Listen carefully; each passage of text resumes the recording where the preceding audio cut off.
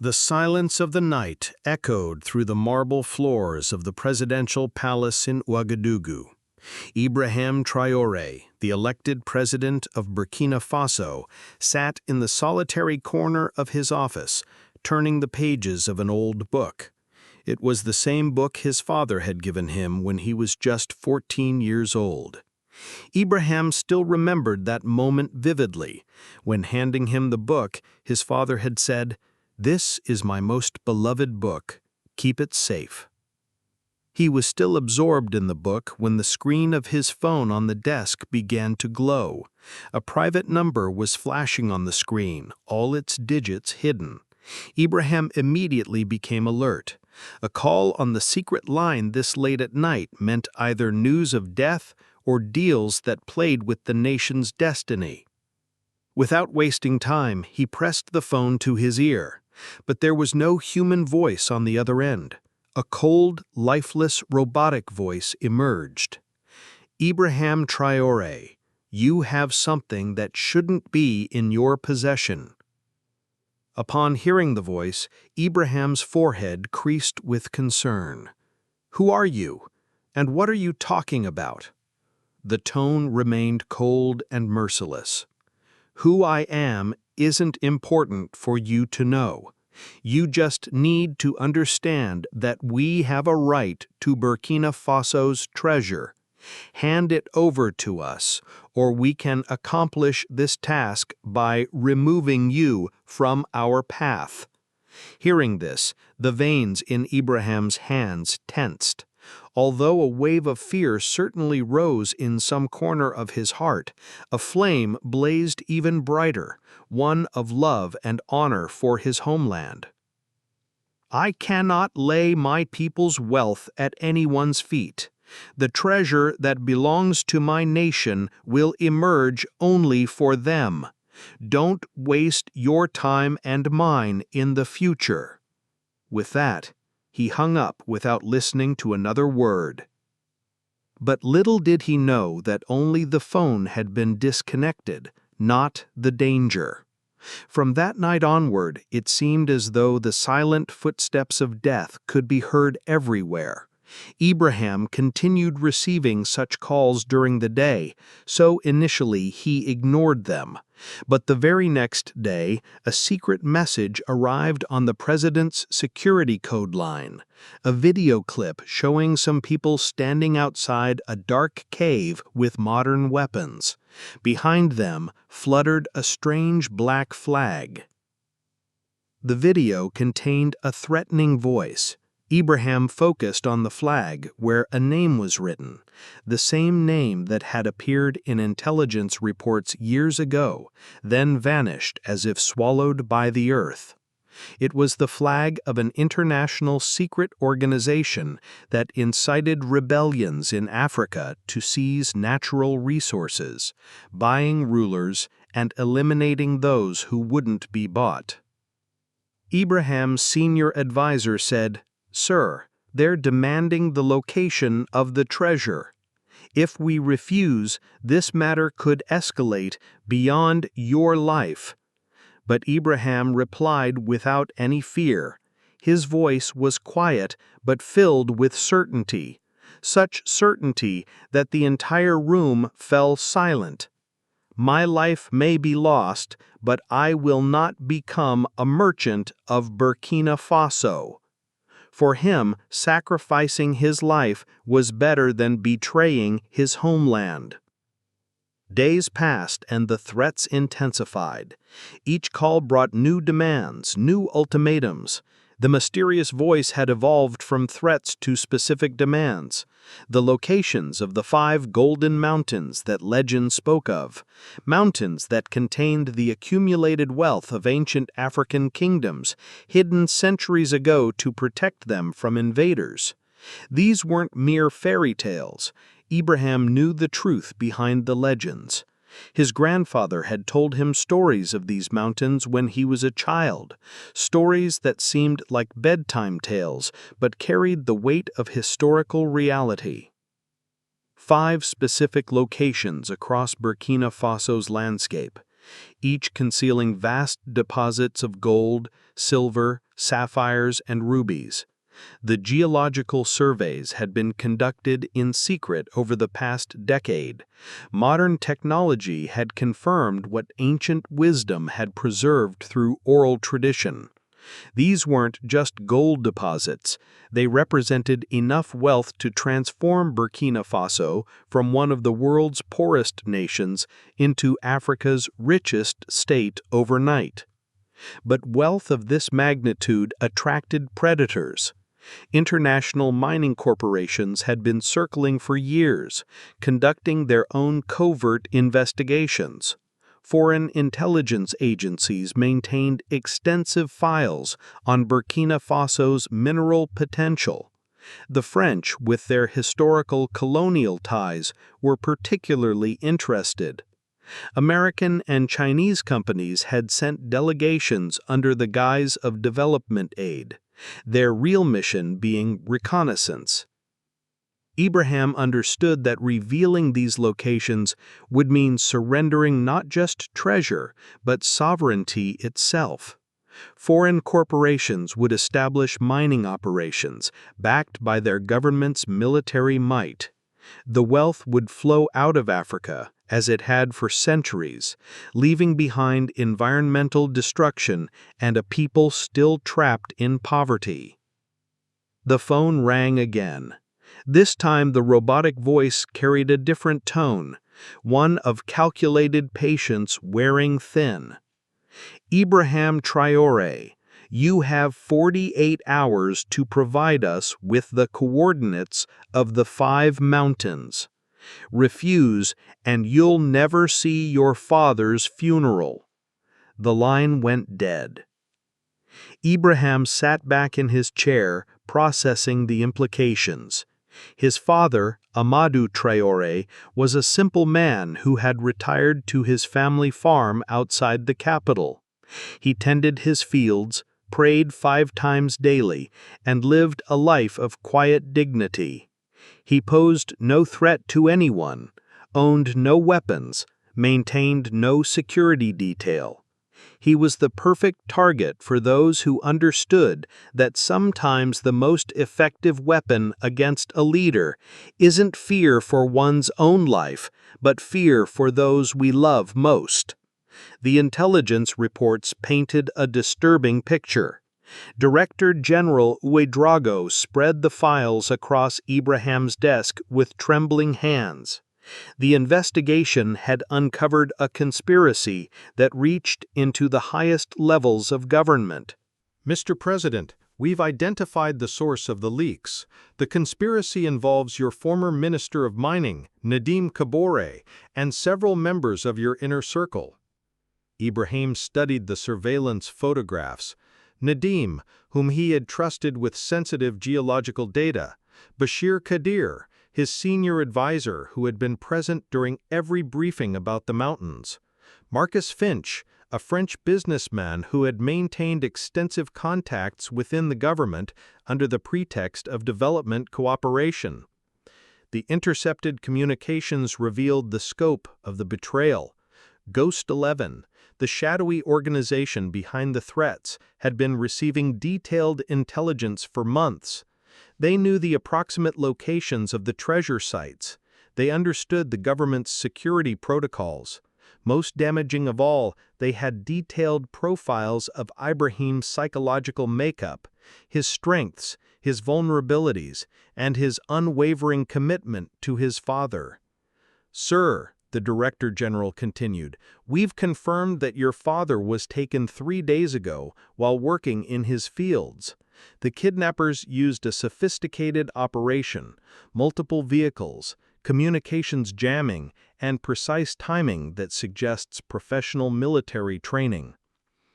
Ibrahim closed his eyes, seeing his father's weathered hands as they had worked the soil that morning he had last visited. Amadou Traore had built their family home with his own hands, had taught Ibrahim the value of honest work, had instilled in him the principles that now guided his presidency. The man who had never harmed anyone was now a pawn in a game he couldn't possibly understand. "What are our options?" Ibrahim asked. We have satellite imagery of the probable location where he's being held. Special forces are prepared for immediate deployment. We could have him back within hours." Ibrahim stood and walked to the window overlooking the capital city. Ouagadougou sprawled beneath him, home to over 2 million people who had elected him to protect their interests, to guard their sovereignty, to ensure their children inherited a nation, not a strip-mined wasteland. "No," he said quietly. "Sir? This isn't about my father anymore. This is about whether Burkina Faso will remain sovereign or become another resource extraction zone for foreign corporations." That night, Ibrahim dismissed his guards and sat alone in his office, studying detailed maps of the 5 mountain locations.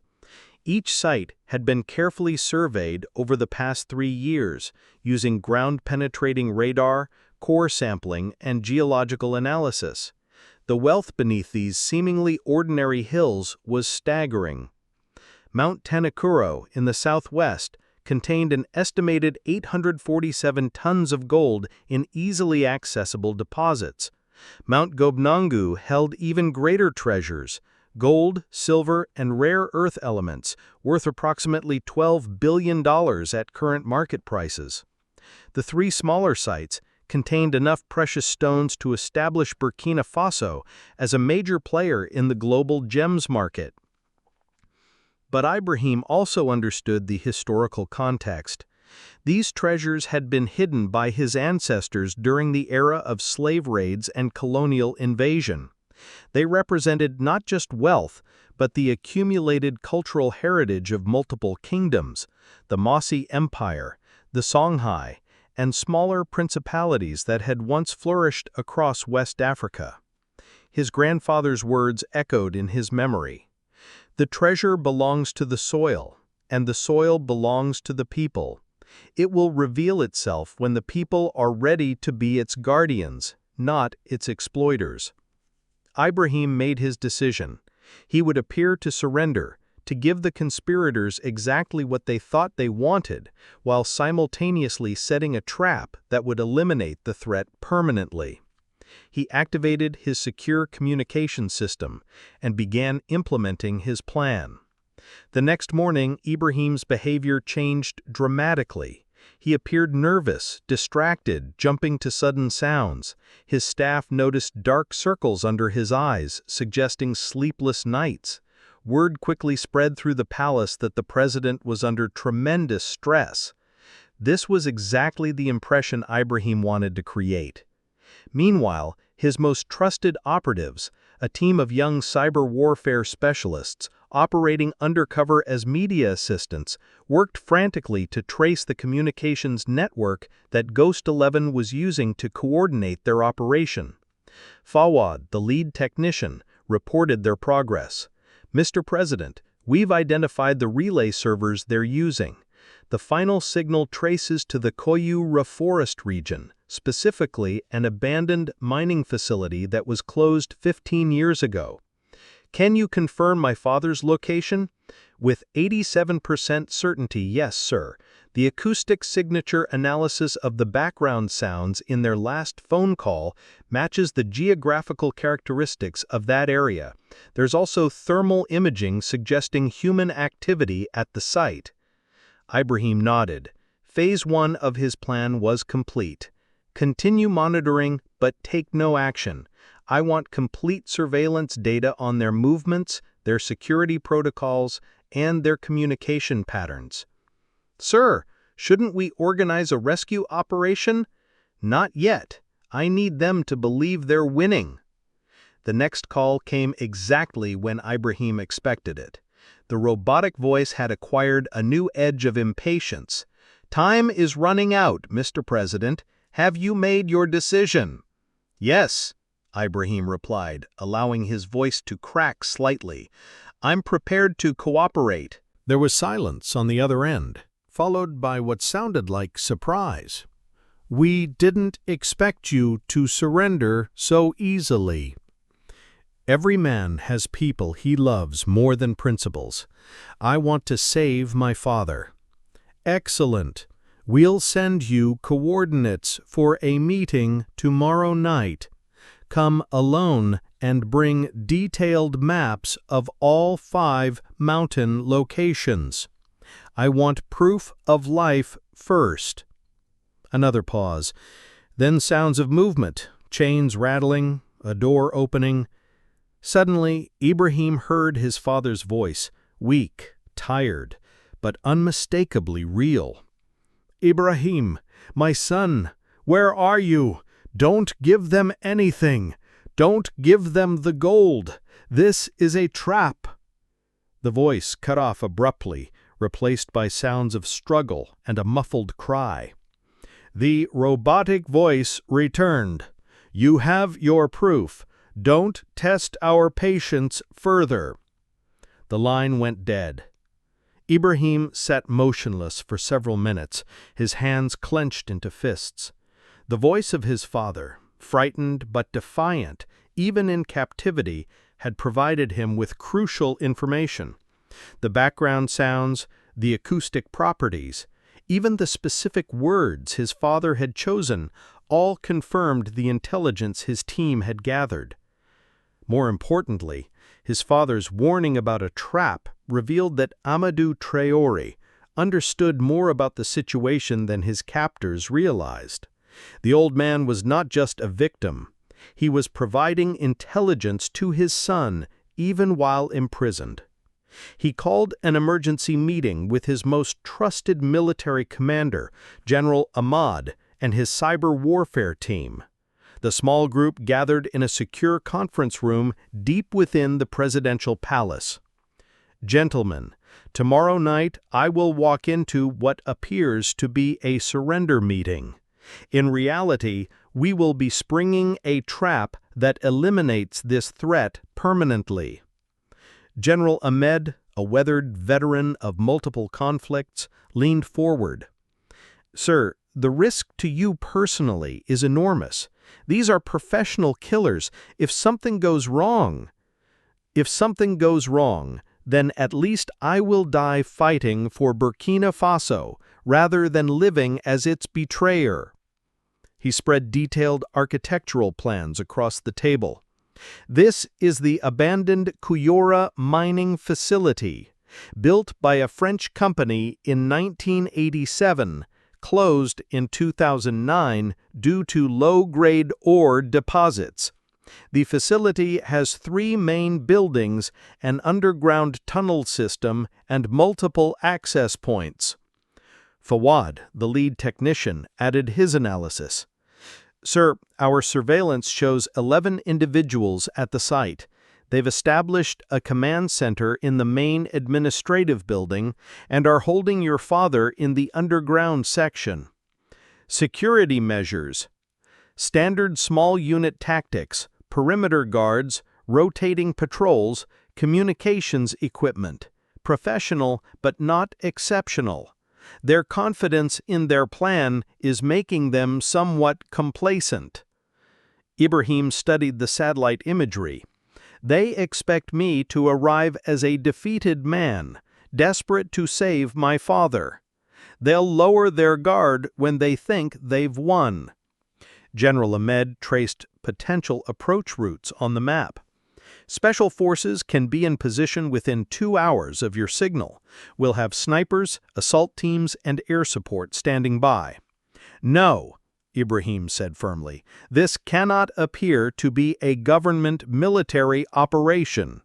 If international observers conclude that we used military force to protect mineral resources, they'll pressure the UN to authorize foreign intervention for stability and humanitarian purposes." The room fell silent as the implications sank in. "Instead, this will be a police operation against international criminals who kidnapped a civilian and attempted to extort secret states. The evidence we've gathered proves they're part of a criminal organization, not political revolutionaries." Fawad nodded approvingly. "The legal framework protects our sovereignty while eliminating the threat." The day of the planned meeting arrived with unusual weather, dark clouds gathering despite seasonal patterns, creating an ominous atmosphere across the capital. Ibrahim spent the morning in routine presidential activities, maintaining the appearance of normalcy while his mind focused entirely on the evening's operation. At sunset, he changed from his presidential attire into simple civilian clothes, dark pants, a plain shirt, worn boots. He looked like any middle-aged man who might be found working in the markets of Ouagadougou. His security detail wanted to accompany him, but Ibrahim refused all protection. The success of his plan depended on appearing completely vulnerable. As he prepared to leave, Ibrahim walked through his private quarters one final time.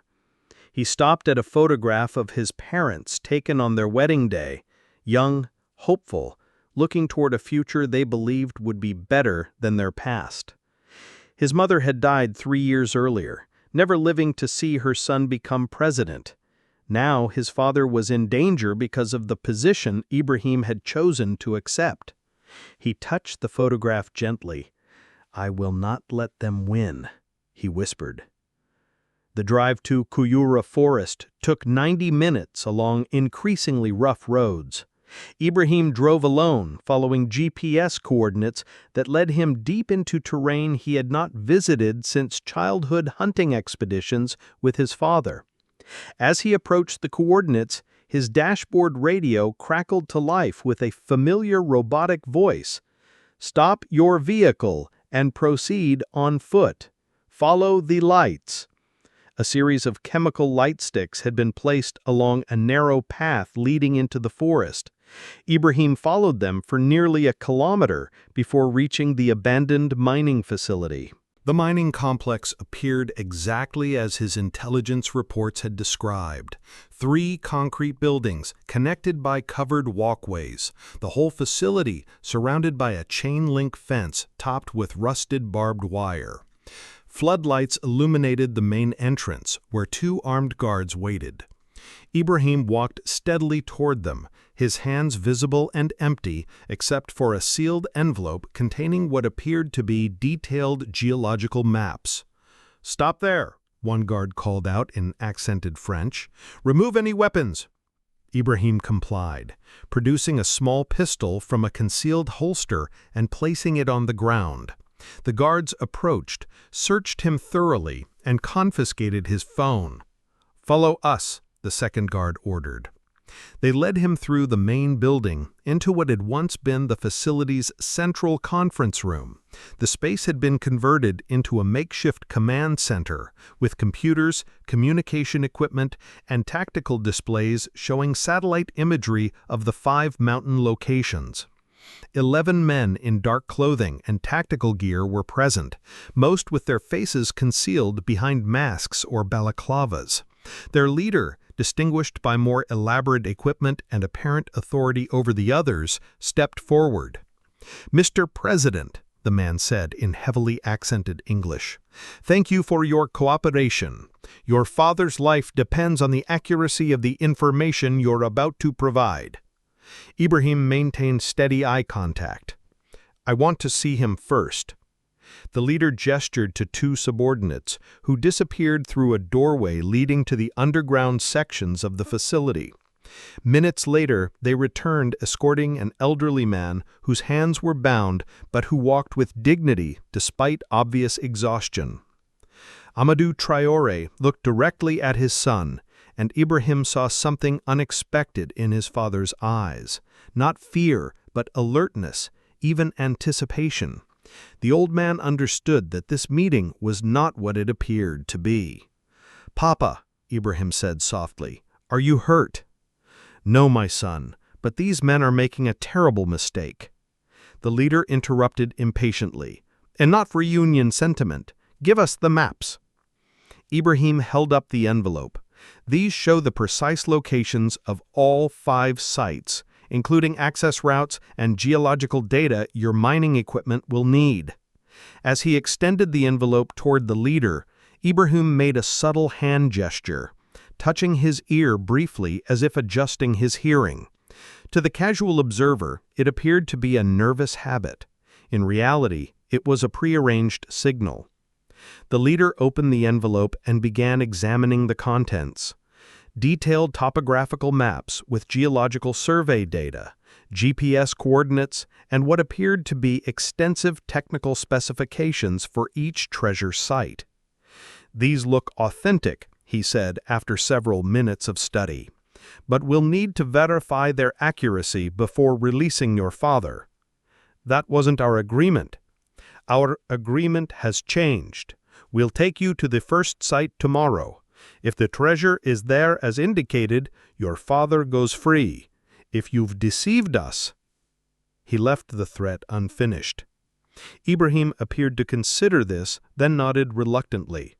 "I understand, but I want him moved to more comfortable accommodations while we wait. He stays where he is." At that moment, Ibrahim's expression changed completely. The mask of defeated surrender fell away, replaced with something his captors had not expected to see: confident, calculating intelligence. "Actually," Ibrahim said quietly, "he's already been moved." Before the leader could process this statement, the facility's main power system shut down, plunging the complex into darkness. Emergency lighting kicked in seconds later, but those critical moments of confusion were all Ibrahim's forces needed. The assault began simultaneously from multiple directions. Special police units had been positioned around the perimeter for the past 6 hours, having infiltrated through the forest using night vision and thermal imaging to avoid the guards' detection. Flashbang grenades exploded through the windows. Smoke filled the room. The distinctive sound of helicopter rotors approached from the north. Ibrahim dropped to the floor behind an overturned table as his captors scrambled for weapons. But the raid was executed with precision born of extensive planning and superior intelligence. Within minutes, 10 of the 11 criminals were in custody. Only their leader had managed to escape through a hidden tunnel system that connected to the mining shafts. Ibrahim found his father in the underground chamber, weak but unharmed. Amadou Traore looked at his son with pride mixed with exhaustion. "I knew you would come," the old man said, "but I also knew you wouldn't come the way they expected." As father and son embraced, the sound of pursuit echoed through the tunnels. The escaped leader was trapped in the underground maze, pursued by officers who knew every passage from studying the facility's original blueprints. The tunnel system beneath the mining facility was extensive, a network of shafts, storage chambers, and maintenance corridors that stretched for nearly 2 kilometers underground. The original French mining company had excavated far more than their public permits had indicated, creating a subterranean labyrinth that now served as the perfect trap for the fleeing terrorist. Ibrahim insisted on joining the pursuit, despite his security team's objections. He knew these tunnels from childhood exploration, when the facility had been abandoned for several years before its final closure. His intimate knowledge of the layout would be invaluable in tracking their quarry. Special Forces Captain Sankara, a veteran of multiple counterterrorism operations, briefed Ibrahim as they prepared to enter the tunnels. "Sir, our thermal imaging shows one individual moving rapidly through the main shaft system approximately 400 meters ahead. He's armed and likely desperate." "Does he know the tunnel layout?" "Unknown, but he's moving with purpose rather than randomly. Someone provided him with intelligence about escape routes." This confirmed Ibrahim's suspicion that the operation had been planned with inside knowledge of the facility. The conspiracy reached deeper than even his intelligence services had discovered. The pursuit team consisted of 6 officers plus Ibrahim, all equipped with night vision, communication gear, and non-lethal weapons designed to capture rather than kill. Ibrahim wanted the terrorist leader alive to provide information about the broader network. The tunnels were cold, damp, and filled with the echoing sounds of dripping water and distant mechanical humming from ventilation systems that still functioned after years of abandonment. Emergency lighting cast eerie shadows on the rough-hewn walls. After 20 minutes of careful advancement, they reached a junction where 3 passages diverged. Captain Sankara signaled for silence and consulted his thermal imaging device. "Contact," he whispered. Approximately 50 meters down the main passage, he stopped moving. Ibrahim studied the layout. The center passage led to a dead end, a storage chamber that had once held mining equipment. If the terrorist had chosen that route, he was trapped, but if it was intentional, he might be preparing an ambush. "There's another way," Ibrahim said quietly, "a maintenance shaft that connects to that chamber from above. We can approach from 2 directions simultaneously." The team split into 2 groups. Captain Sankara led 4 officers down the main passage, while Ibrahim and Officer Traore took the maintenance route. The coordination would be crucial. Any mistake could result in friendly fire in the confined space. As they crawled through the narrow maintenance shaft, Ibrahim found himself thinking about the broader implications of this night's events. The immediate threat was nearly eliminated, but the underlying problem remained. International criminal organizations would continue targeting African nations as long as they perceived weakness and division. They reached the access point overlooking the storage chamber. Through a metal grating, Ibrahim could see a figure crouched behind old mining equipment, weapon drawn, waiting for pursuers to enter through the main passage. Ibrahim made a quick decision. Rather than wait for the coordinated assault, he pushed open the grating and dropped into the chamber directly behind the terrorist. "Drop your weapon," he commanded. The man spun around, momentarily startled by the unexpected approach. In the dim emergency lighting, Ibrahim could see his face clearly for the first time. European features, approximately 40 years old, with the lean build and alert posture of professional military training. "You're Ibrahim Traore.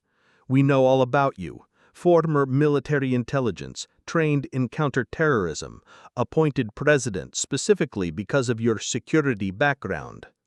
Your research was thorough but incomplete. You underestimated my commitment to protecting Burkina Faso's sovereignty." The terrorist kept his weapon trained on Ibrahim, but made no immediate aggressive moves. "This isn't over. Ghost 11 has operations across 12 African countries. Eliminating me changes nothing. Perhaps, but it sends a message that some targets fight back." Captain Sankara's team had reached the chamber entrance. I could hear their careful positioning outside the doorway. The terrorist was now surrounded with no escape route. "Last chance," Ibrahim offered. "Surrender voluntarily and provide information about your organization's structure. Your cooperation might influence how you are prosecuted." The man laughed bitterly. "You have no idea what you're dealing with. Ghost 11 isn't just a criminal organization. We have support from legitimate businesses, government officials, and international financial networks. Burkina Faso is just one target in a much larger operation." "Then help us stop it." For a moment, the terrorist seemed to consider this. Then his expression hardened. "You're naive if you think this ends with my capture. The 5 mountains will be exploited eventually, if not for us, then by others. Africa's resources are too valuable to remain under African control." I felt a surge of anger at the casual racism and imperialism in the man's words. "That's where you're wrong. This generation of African leaders won't surrender our heritage to foreign exploitation." "We'll see." The terrorist suddenly raised his weapon, but Ibrahim was faster.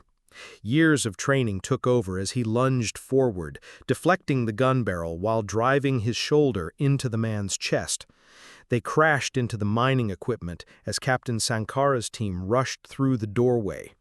Within seconds, the terrorist was disarmed and restrained. The immediate threat was eliminated. The interrogation of the captured Ghost 11 operatives revealed the scope of the conspiracy.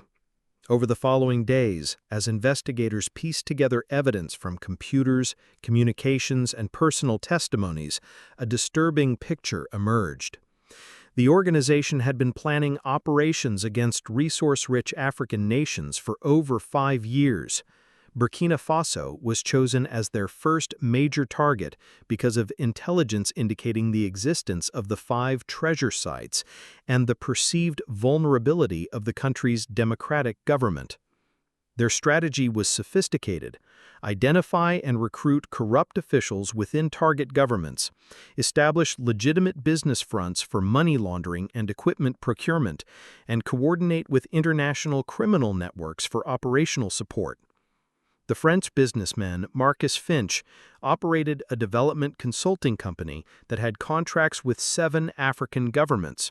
Under cover of conducting feasibility studies for infrastructure projects, his teams had been mapping mineral resources and identifying security vulnerabilities. Former Minister of Mining Ibrahim Traore had been feeding information to Ghost 11 for 18 months in exchange for substantial payments deposited in Swiss bank accounts. His betrayal had provided them with detailed geological data about the treasure sites. Senior advisor Bashir Kadir had been recruited through a different approach. Compromising photographs from a visit to Paris had been used to blackmail him into providing intelligence about Ibrahim's personal life, psychological profile, and security protocols. The most disturbing revelation was the international scope of the network. Ghost 11 had connections to legitimate mining corporations, private military contractors, and government officials in multiple countries. Their ultimate goal was to establish a new model for resource extraction from Africa, one that bypassed traditional diplomatic and legal frameworks by directly controlling local governments through intimidation and corruption. Ibrahim realized that his victory over the immediate threat was only the beginning of a much larger struggle. 3 days after the rescue operation, Ibrahim addressed the nation in a televised speech that was also broadcast internationally. He stood at a podium in the presidential palace, flanked by the recovered evidence of the conspiracy: computers, weapons, financial documents, and detailed maps showing the locations of mineral resources across West Africa. My fellow citizens, 3 nights ago, criminal elements attempted to force our government to surrender Burkina Faso's sovereign rights over our natural resources. They kidnapped my father, threatened our national security, and tried to exploit our love of family as a weapon against our love of country. He paused, allowing the gravity of his words to resonate. But they misunderstood something fundamental about Burkina Faso and about Africa. We are not the helpless victims they assumed us to be. We are capable of defending ourselves, and we will not surrender our heritage to foreign exploitation. Ibrahim gestured toward the evidence displays. These materials document an international conspiracy involving criminal organizations, corrupt government officials, and foreign businesses working together to strip Africa of its wealth. This is not a new phenomenon. It is colonialism adapted for the 21st century. The camera panned across photographs of the arrested conspirators, financial records showing millions of dollars in bribes, and communication transcripts revealing the scope of the planned operations. Today, I am announcing several measures to ensure that such threats never again endanger our sovereignty. First, we are establishing a new African Resource Protection Treaty, which we will invite all African Union members to sign. This treaty will create mutual defense obligations against any attempt to exploit one member's resources through criminal means. This was Ibrahim's most ambitious initiative, transforming his defensive victory into an offensive strategy for continental security cooperation. Second, we are creating an international criminal court case against Ghost 11 and its affiliates, with evidence that will be shared with law enforcement agencies worldwide. Those who attempt to exploit Africa will face justice not just here, but wherever they can be found. And third, and most importantly, we are launching the African Heritage Preservation Initiative. The 5 sacred sites that these criminals sought to desecrate will be developed under the direct control of our government, with revenues dedicated to education, healthcare, and infrastructure for all citizens of Burkina Faso. This announcement surprised even Ibrahim's closest advisors. By publicly acknowledging the existence and location of the treasure sites, he was taking enormous risks, but he had concluded that secrecy only made his country more vulnerable to future attacks. The wealth beneath our soil belongs to our people, and our people deserve to benefit from it directly rather than watching foreign corporations extract it for export. We will mine these resources ourselves, process them ourselves, and sell them on our own terms. The speech concluded with a direct challenge to the international community. Africa is no longer available for exploitation. We welcome legitimate partnership and fair trade, but we reject any attempt to treat our resources as your inheritance and our governments as your subsidiaries. 6 months after the Ghost 11 crisis, Burkina Faso had become the focal point of a broader transformation across Africa. The African Resource Protection Treaty had been signed by 34 nations, creating the legal framework for mutual defense against economic exploitation. The 5 treasure sites had been developed using a revolutionary model that combined traditional mining techniques with environmental protection and community development. Rather than granting concessions to foreign corporations, the government had established a national mining company staffed by Burkinabe engineers and workers who had been trained through partnerships with universities in South Africa, Nigeria, and Ghana. The first gold extraction had yielded results that exceeded even the most optimistic projections. The quality and quantity of precious metals found at Mount Tenakaru alone was sufficient to eliminate Burkina Faso's national debt within 2 years, while funding massive investments in education and healthcare. But Ibrahim understood that economic success was meaningless without security. The elimination of Ghost 11 had created a power vacuum that other criminal organizations would attempt to fill. Intelligence reports indicated that at least 3 other networks were studying the Burkina Faso model, looking for weaknesses they could exploit. The solution came from an unexpected source: Amadou Traore. Ibrahim's father, now recovered from his ordeal, had spent months reflecting on his experience and the broader implications of the crisis. Despite his age and lack of formal education, Amadou possessed the wisdom of a lifetime spent understanding human nature and social dynamics. "Son," he said during one of their weekly dinners, "you have protected the gold beneath our soil, but the real treasure is the unity of our people. The criminals understood this. That's why they tried to divide your love for family from your duty to the nation." Amadou paused, choosing his words carefully. "The 5 mountains are symbols now. Every child in Burkina Faso knows their names and their meaning. But symbols can be destroyed or corrupted if they're not protected by something stronger. What do you suggest, Papa?" "Create guardians. Not just soldiers or police, but communities that understand their role in protecting our heritage.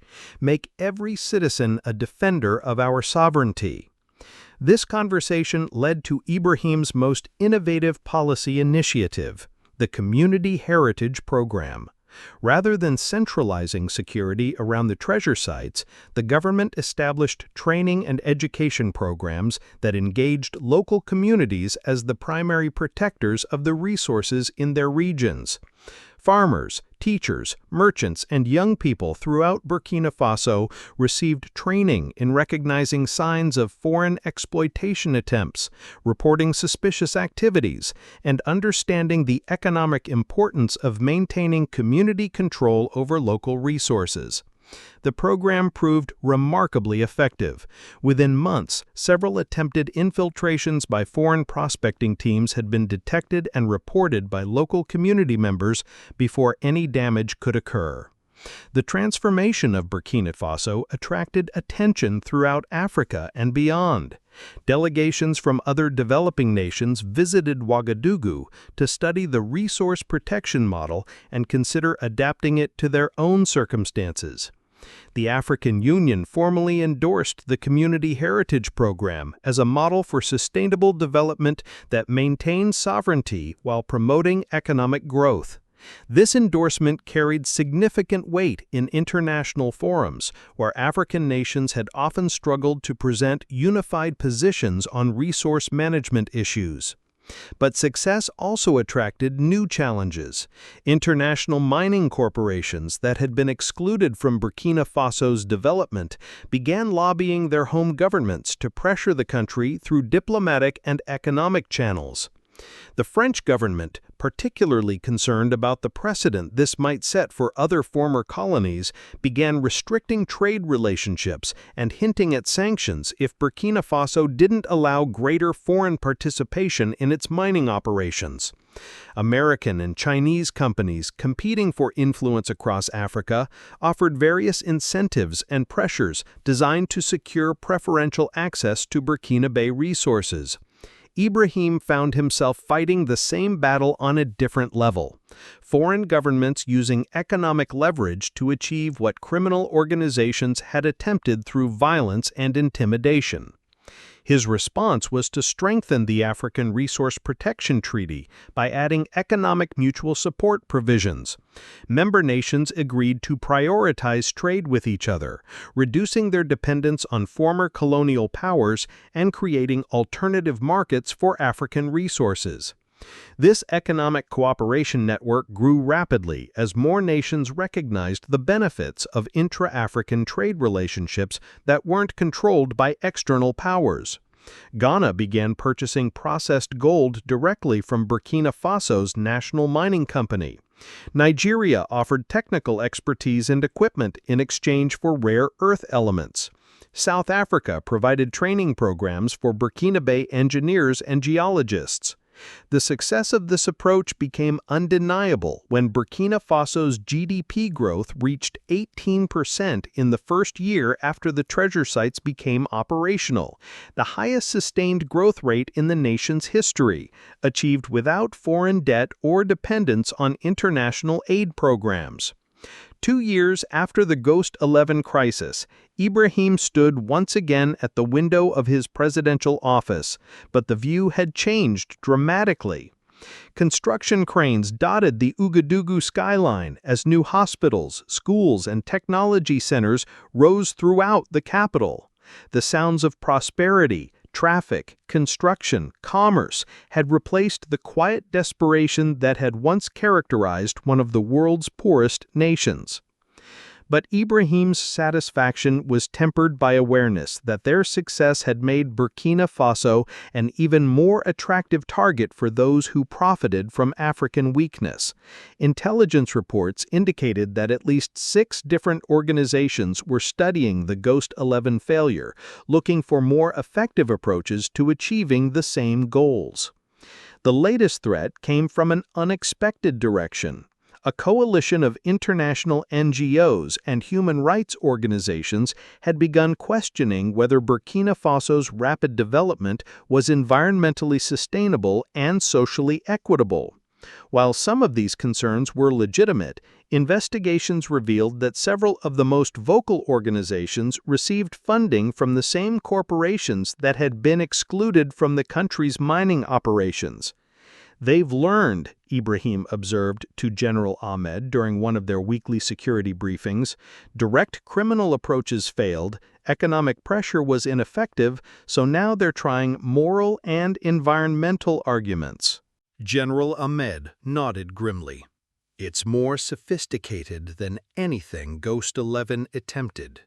Instead of threatening us with violence, they're threatening our international reputation. The strategy was clever.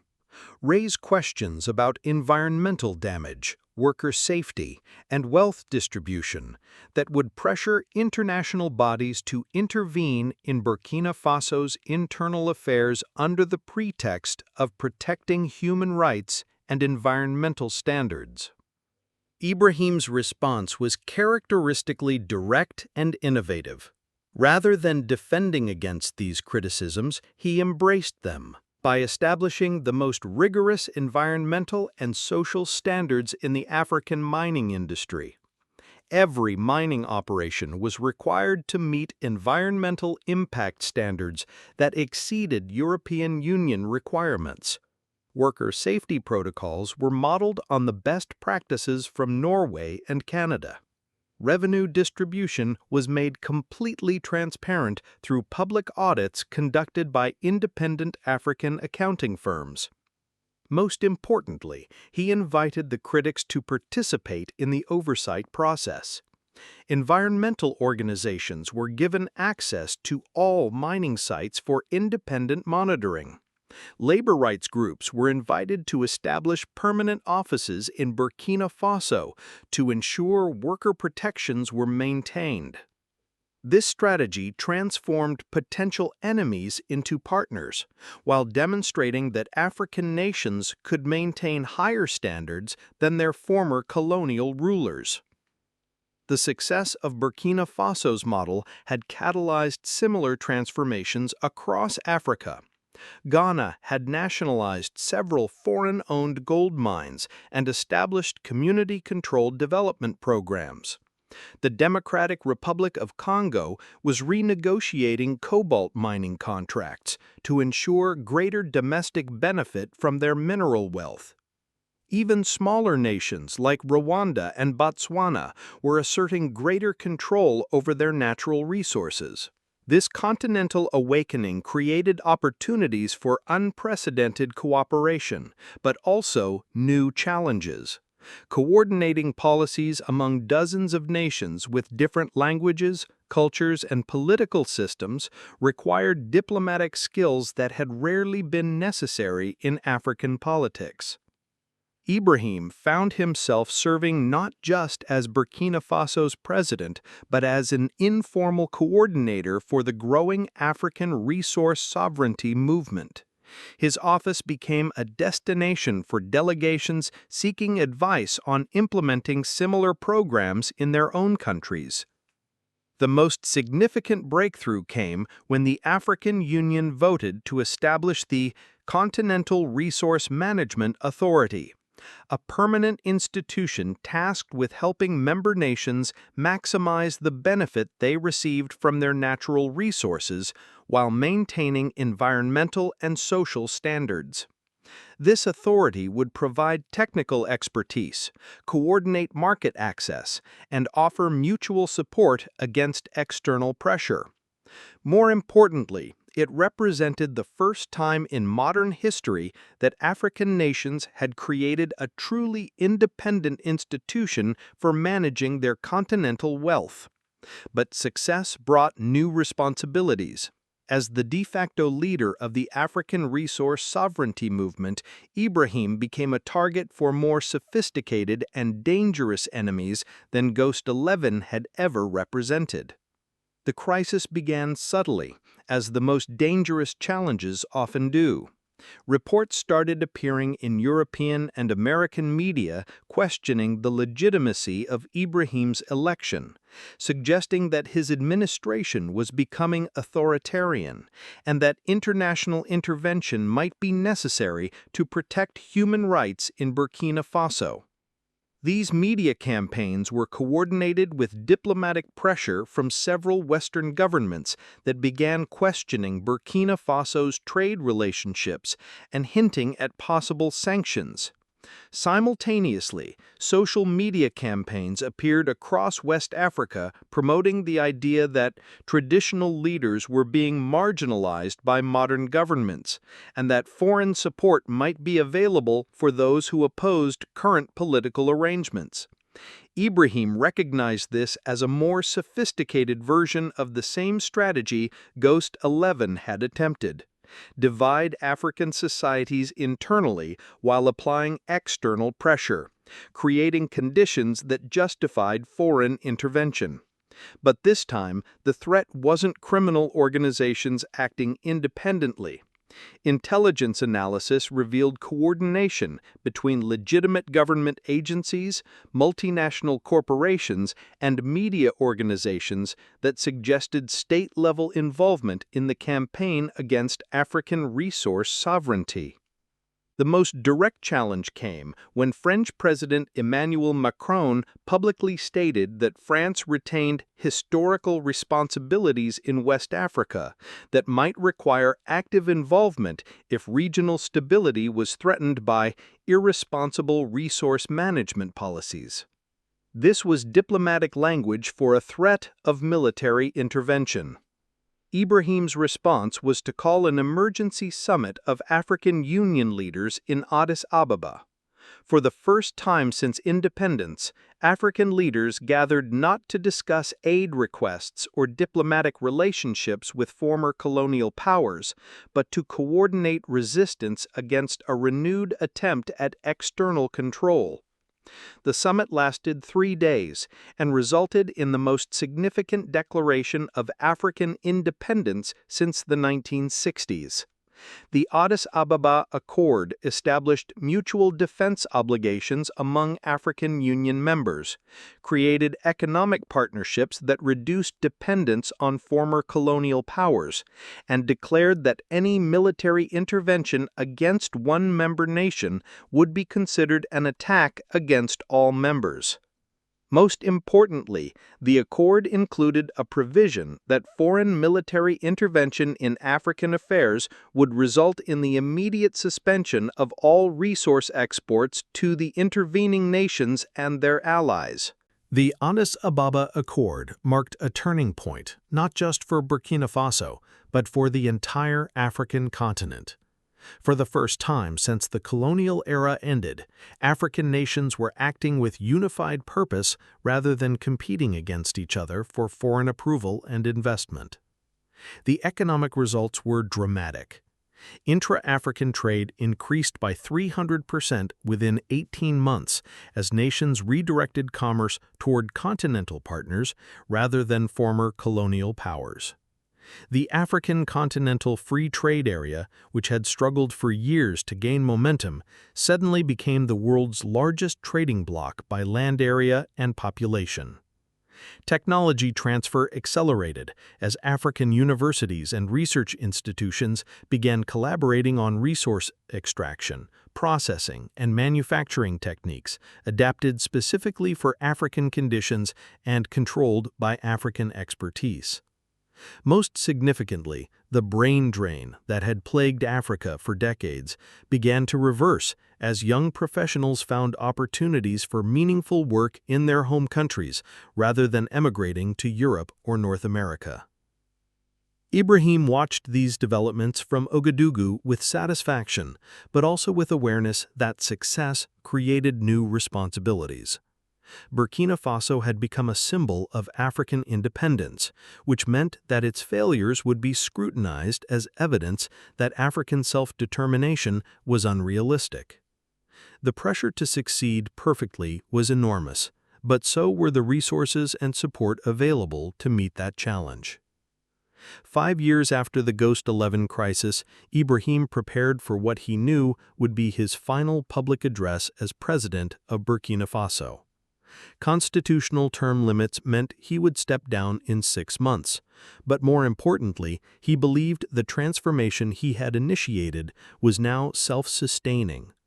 The 5 treasure mountains had become more than sources of mineral wealth. They were symbols of African capability and determination. Pilgrims from across the continent visited the sites to see evidence that Africans could manage their own resources more effectively than foreign corporations ever had. Educational programs based on the Community Heritage Program were operating in 43 African countries. The Continental Resource Management Authority had become one of the most respected international organizations, providing expertise that was sought even by non-African nations. But perhaps most importantly, a new generation of African leaders had emerged who understood that sovereignty meant more than political independence. It required economic independence and the will to defend that independence against all challenges. In his farewell address, Ibrahim reflected on the journey that had begun with a threatening phone call in the middle of the night. "My fellow Africans, 5 years ago, criminal elements attempted to steal our heritage by exploiting our love for family and our respect for authority. They failed because they misunderstood something fundamental about Africa. We are not the victims they assumed us to be.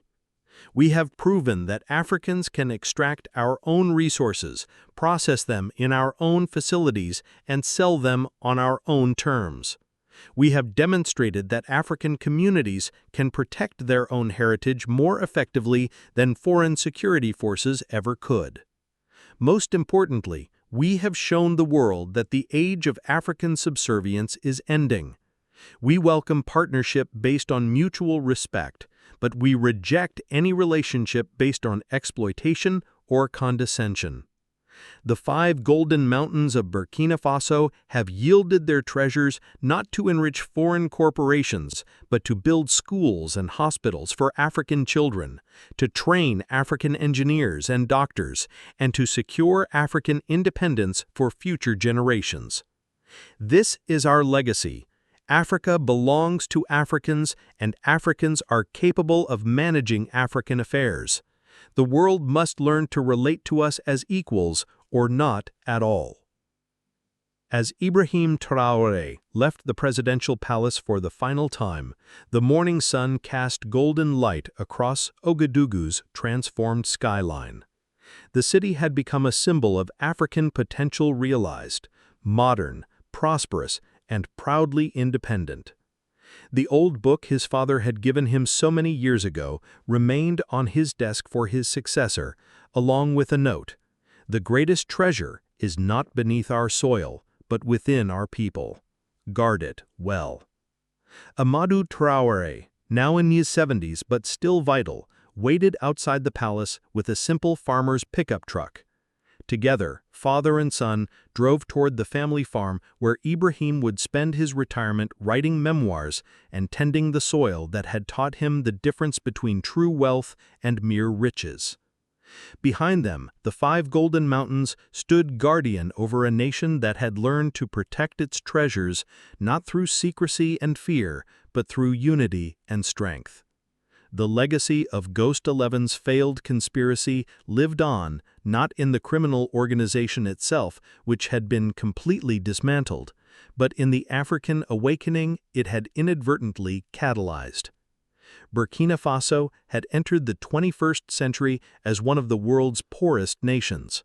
It would continue into the future as proof that poverty was not an African destiny, but an African choice that could be changed through courage, wisdom, and the will to defend one's heritage against all who would steal it. The Golden Dawn had risen over Africa, and it would never set again. The end.